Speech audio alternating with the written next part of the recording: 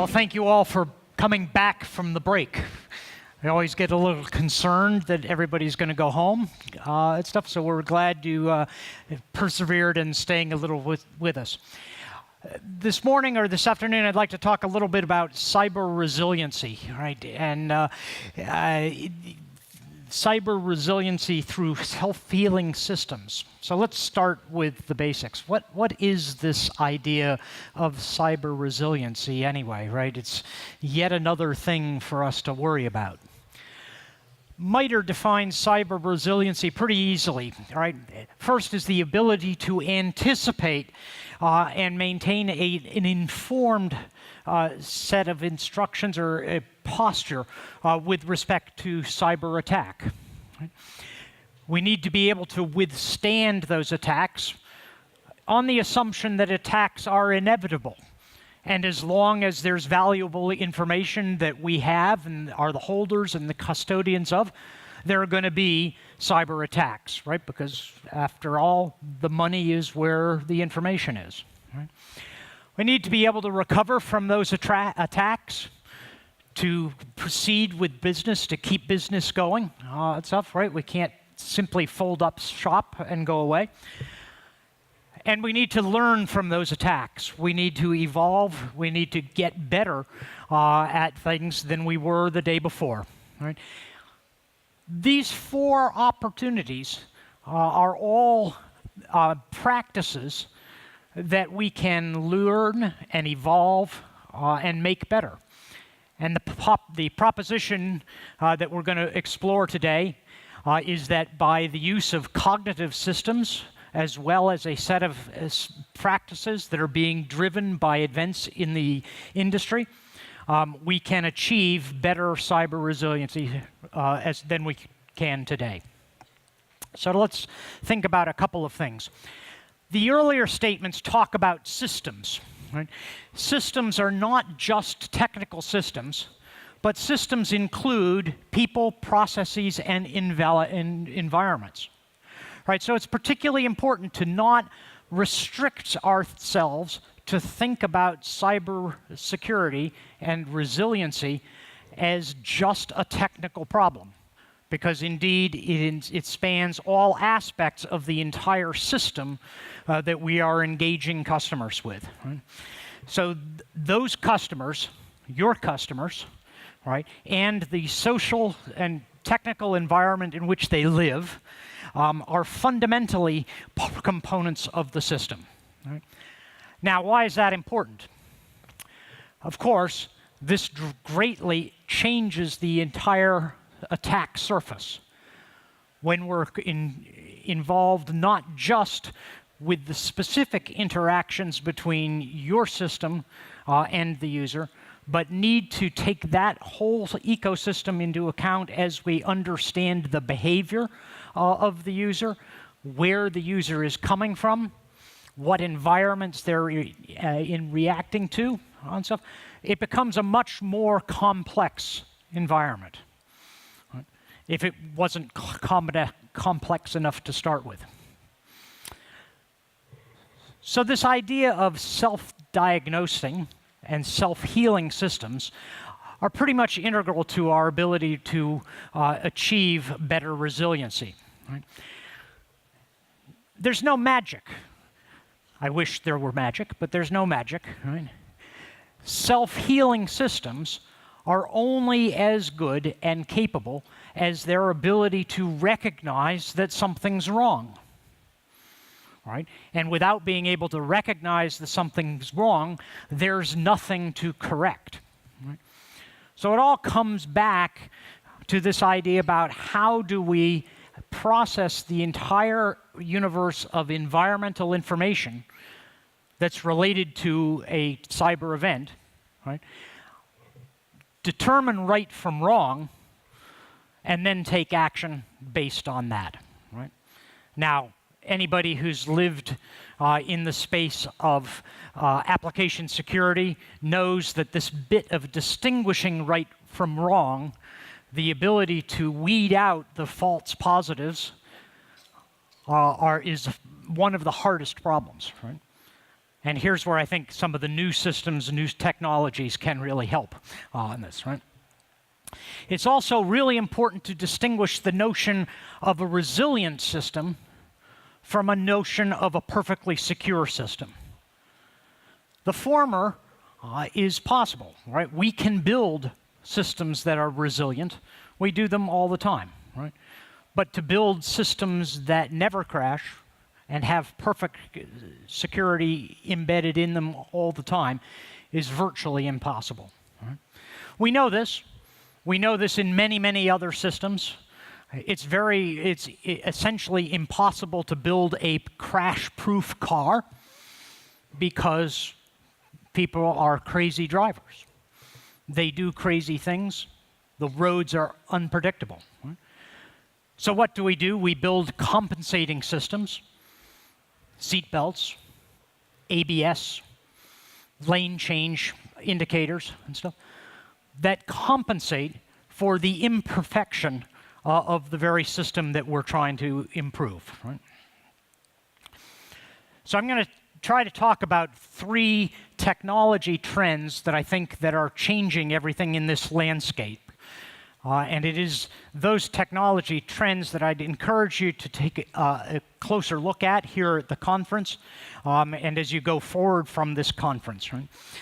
These technology trends taken together, I think, help us form what we characterize as the immune system of cybersecurity, right? The ability to sense and respond to changes in the environment, changes in the conditions that are indicators of things going badly. And to determine quickly what to do in case of those systems going badly. Cognitive systems, security governance based on business risk, right? And DevOps and DevSecOps are the 3 topics that I'd like to emphasize today. Right? Cognitive systems. In this space, there's a lot of hype. I assume that everybody has been approached this week, today, probably 3 or 4 times, by the be-all and end-all of cognitive or AI systems. Right? I think I started looking at AI systems in 1985 when we were building AI systems for expert cost analysis. That was the be-all and end-all of that as well. But things have changed a lot, right? We've now moved from an era of really overinflated expectations to an era where these systems are really possible. And they fall into a couple of categories, right? This notion of expert advisors, systems that help with threat hunting, false positive reduction, and other qualitative analysis of things are extremely important, right? We know how few analysts we have available to us. We know how undertrained those analysts are. We know how far underwater they are, even keeping up with the daily news and stuff. Expert systems never get tired. They don't get bored. They read voraciously. They read at fast rates. And they process information which humans dispense with and forget. Right? In our experience with cybersecurity advisors, we find that the advisor, the cyber advisor, is much more patient, looking into problems that the human bypass because they're just too hard to look at. Right? This isn't a bad thing on the human things, right? Humans are intentionally or intrinsically overworked, probably underpaid as well, right? But the machines don't care. And the machines can be very, very successful at this, right? This space of expert advisors are faced with essentially an impossible problem. The difficult we do today, the impossible just takes us slightly longer to do. Cognitive systems can help a lot in this. Machine learning is real and practical. Right? In my own development space, we took expert system to do false positive reductions on application security vulnerability assessments. We reduced false positives by 2 to 3 orders of magnitude, not times, 2 to 3 orders of magnitude. That's 10,000 false positives down to a few. All right. Massive, massive improvements. Undirected systems. So the rub on expert systems, the rub on many of them, is they're only as good as the training sets that you give them. And of course, humans have to train them, right? So the promise here is undirected learning. Systems that educate themselves, or at least improve their education on their own. There's always a training seed set, or there's always a rating starting point, but it is the ability to evolve and learn more and explore more by the systems on their own that really starts to make the problem practical in the long term. There are some very advanced systems. A 2004 paper on the generative adversarial models. There's a mouthful, right? I can't even say it, right? This is pretty simple. This is 2 expert systems playing war games with each other. One of them is trained to create situations that the other one is supposed to guess whether they're real situations or not real situations. He's also trained to try to trick the other guy. The second system evolves to learn about the tricks that the first system is doing and provide better and better information about them. These kinds of systems can today play a very good game of Go, right? These systems can design and render images that are indistinguishable, essentially, from real systems and stuff. And these systems have great opportunity, great potential for cybersecurity as well. Right? So these things are not in the distant future. These things are in the near future. Right? But they require patience and they require cooperation between humans, human systems, as well. And I'd take Jonathan's words earlier in the session. Together, the good guys can unite to share information to beat the bad guys. The bad guys don't seem to have any trouble uniting to take on the good guys, right? But we seem to have a lot of trouble uniting to take on the bad guys, right? Systems like this can help and can amplify that fight orders of magnitude. Cognitive systems also drive towards advanced analytics. One of the important things here is user behavior analytics. Right? Also application behavior. Right? The problem is, again, distinguishing right from wrong. How do you distinguish a legitimate export of information, right, with the exfiltration of important data? Right? Well, if it happens that the exfiltration is going to a Starbucks or a cybersecurity or a cyber cafe, chances are it's not legitimate. Right? Now, similarly, if my normal office is in New York and I'm exporting data in Singapore, chances are there's something wrong. So there's a lot of ancillary information that helps the systems distinguish appropriate behavior from inappropriate behavior, right? Sanctioned behavior from unsanctioned behavior. particularly important for combating insider threat. And remember, insider threat may not necessarily be malicious. Compromised user identities, all kinds of things that constitute what look like legitimate insider usage, but are in fact illegitimate. Risk analysis. What does all of this mean anyway, right? To your business. What does it mean to your business? How do we attribute all of this cyber flush to the actual risks that your business is undertaking? Right? That's a very complex set of relationships, a very subjective analysis of things, right? The kinds of analysis that new expert systems can do. It's all about trying to get these systems to understand the new normal. Right? That new normal changes at an alarming rate. What was normal yesterday is not necessarily normal tomorrow. And what's normal tomorrow would be unheard of today. Also, right? Again,